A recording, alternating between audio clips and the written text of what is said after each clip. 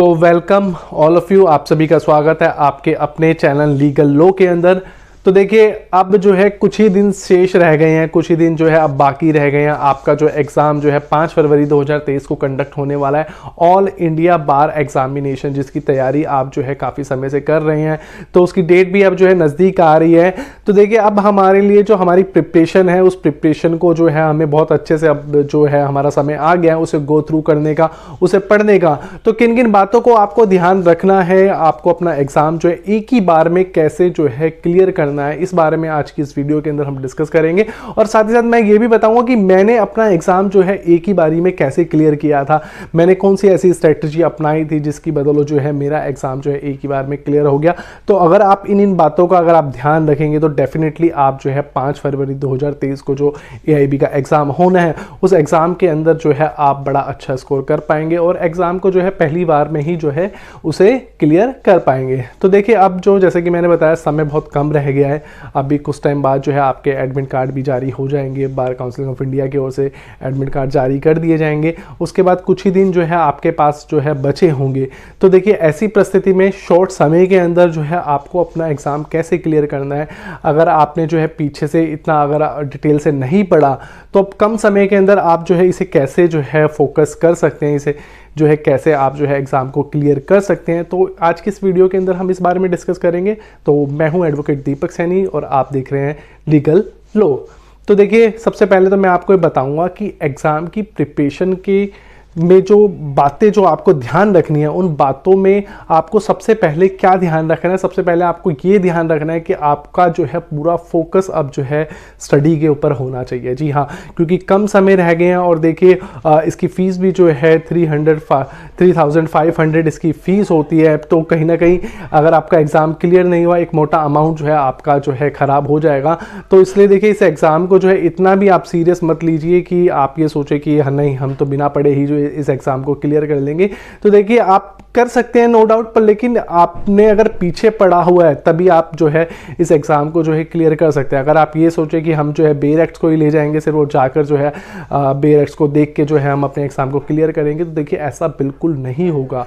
क्योंकि ऐसा इसलिए नहीं होगा क्योंकि अगर आपने बेयर एक्ट को नहीं पढ़ा तो आप जो है वहाँ पर जो है आप जो है परेशान हो जाएंगे कौन सा सेक्शन कहाँ था कहाँ नहीं था। एटलीस्ट आप जो है बेयर एक्ट को जो है इतना गो थ्रू कर लीजिए कि उसे इतना तो पढ़ लीजिए कि आपको ये पता चल जाए कि एग्जाम के अंदर कोई भी सेक्शन जो आया है उस सेक्शन को जो है आप इजीली ढूंढकर जो है उसे जो है उसका करेक्ट आंसर जो है आप दे सकते हैं। तो देखिए सबसे पहले आपको क्या स्ट्रेटजी अपनानी है। आप जो है सबसे पहले बाजार से अगर आपने बेयर एक्ट नहीं खरीदे हैं तो आप जो है मार्केट से जाकर जो है आप बेयर एक्ट को परचेज कीजिए।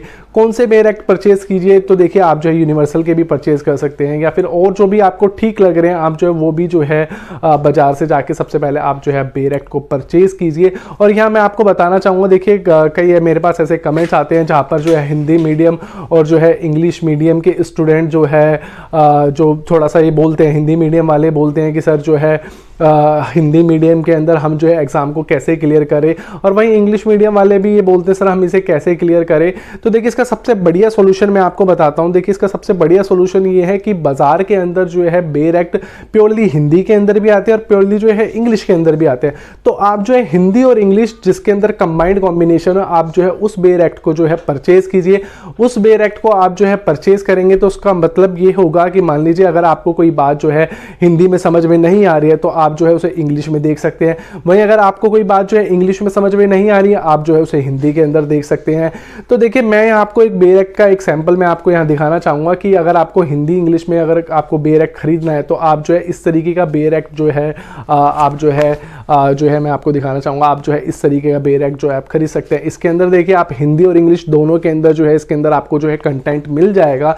तो अगर आपको कोई चीज़ हिंदी में समझ में नहीं आ रही है तो आप जो है उसे इंग्लिश के अंदर भी जो है समझ सकते हैं। वहीं अगर मैं बात करूं, अगर आपको कोई चीज़ जो है इंग्लिश में समझ में नहीं आ रही तो आप जो है उसे हिंदी के अंदर भी जो है देख सकते हैं। अब देखिए आपको स्ट्रेटजी क्या अपनानी है। आपको स्ट्रेटजी ये अपनानी है एग्जाम के अंदर जाके। देखिए एग्जाम में आपको जो है 3 घंटे का समय मिलेगा।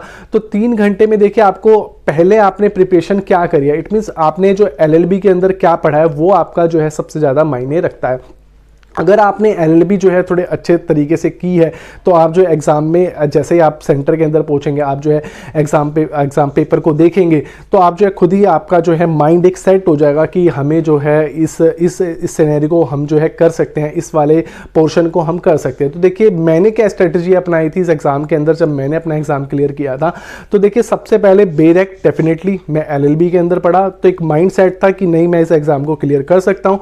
साथ ही साथ मैंने बेरेक्ट के ऊपर भी फोकस किया, बेरेक्ट को बड़े अच्छे से गो थ्रू किया। अब जिस दिन मैं एग्जाम सेंटर के अंदर पहुंचा, मैंने वहां कैसे अपना एग्जाम क्लियर किया। तो देखिए सबसे पहले जैसे अगर हम आईपीसी की बात करें या सीपीसी की बात करें, सीआरपीसी की बात करें, तो ये जो है या कॉन्स्टिट्यूशन की बात करें, ये बहुत एक मेजर पोर्शन है जहां पर जो है 10-10 मार्क्स के जो है सीधे नंबर आते हैं। तो आप जो है अपने एग्जाम के अंदर सबसे पहले ये माइंड सेट कर ले कि आपको जो है सबसे पहले एक सब्जेक्ट का जो है पूरे के पूरे टॉपिक को क्लियर करना। मान लीजिए आप जो है बेरेक्ट लेकर जा रहे हैं, तो आप जो है अपने जैसे आप एग्जाम के अंदर देखेंगे, आप पूरे एग्जाम पेपर को देखेंगे तो आपका माइंड सेट हो जाएगा कितने जो है क्वेश्चन किस किस से पूछे गए हैं। तो आप ये तो अंदाजा लगा लेंगे कॉन्स्टिट्यूशन के कितने क्वेश्चन है, सीपीसी के कितने क्वेश्चन है, आईपीसी के कितने क्वेश्चन है। तो आपको सबसे पहले क्या करना है, मान लीजिए अगर आपने आईपीसी उठाई तो आप सबसे पहले आईपीसी का बेरेक्ट उठाए। आईपीसी के जितने भी क्वेश्चन है कोशिश करिए उसी बेरेक्ट से या आपके माइंड से जो है सबसे पहले आप जो है आईपीसी को खत्म कीजिए। आईपीसी के बाद सीआरपीसी को देखिए, सीपीसी को देखिए, कॉन्स्टिट्यूशन को देखिए, एविडेंस को देखिए। अब देखिए जनरली स्टूडेंट गलती क्या करते हैं, वो गलती ये करते हैं, मान लीजिए पहला क्वेश्चन आईपीसी का आया तो सबसे पहले वो आईपीसी का बेरेक्ट उठाएंगे, आईपीसी का क्वेश्चन चेक करेंगे। दूसरा क्वेश्चन मान लीजिए एविडेंस से है, फिर वो एविडेंस का बेरेक्ट उठाएंगे। तीसरा क्वेश्चन मान लीजिए कॉन्स्टिट्यूशन से है, फिर वो कॉन्स्टिट्यूशन का बेरेक्ट उठाएंगे। चौथा क्वेश्चन मान लीजिए जो है प्रॉपर्टी राइट से है या फिर जो इंटेलेक्चुअल प्रॉपर्टी राइट से है, तो फिर वो आईपीआर का जो है कौन से बेरेक्ट उठाएंगे। तो ऐसी परिस्थिति में होता है कि आप जो है बार बार बेरेक्ट को उठाते हैं, रखते हैं, फिर आप खुद ही कंफ्यूज हो जाते हैं कि कौन सा बेरेक्ट कहां रखा हुआ था, कौन सा बेरेक्ट कहां नहीं रखा हुआ था। फिर जो है आप एक क्वेश्चन कॉन्स्टिट्यूशन का है, आप सबसे पहले उसका बेरेक्ट उठाएंगे, उसे करेंगे। ऐसे करते करते जो है आपका 3 घंटे का समय कब बीत जाएगा ये आपको भी नहीं पता चलेगा। तो इसकी सिंपली स्ट्रेटजी क्या है, इसकी सिंपली स्ट्रेटजी ये है कि आप जो है अपना बेरेक्ट उठाइए, आप जो है किसी एक ही पोर्शन को सबसे पहले कीजिए, फिर दूसरे को पोर्शन को कीजिए, फिर तीसरे को कीजिए। तो इस तरीके से अगर आप जो है स्ट्रेटजी बनाएंगे तो आप जो है पहली बार में ही अपना जो है AIB एग्जाम जो है क्लियर कर लेंगे। और ये स्ट्रेटजी मैंने अपनाई थी, तो उसी की बदल जो है मैंने भी जब मैंने अपना एग्जाम दिया था तो मैंने जो है फर्स्ट अटेम्प्ट के अंदर इसे क्लियर कर लिया था। और ये याद रखिए सिर्फ आपको 40 नंबर ही लेके आना है। और कैटेगरी की अगर बात करूं तो वहां पे 35 नंबर भी लाने पड़ते हैं आपको, ठीक है। तो इस हिसाब से अगर आप इसे अपनाएंगे तो डेफिनेटली जो है आप अपना AIB एग्जाम जो है क्लियर कर पाएंगे। और कुछ डाउट हो तो आप मुझे कमेंट के माध्यम से बता सकते हैं। तो होप सो आपको ये वीडियो पसंद आई होगी, ज़्यादा से ज़्यादा से शेयर करें, लाइक करें। Thank you so much. और चैनल पर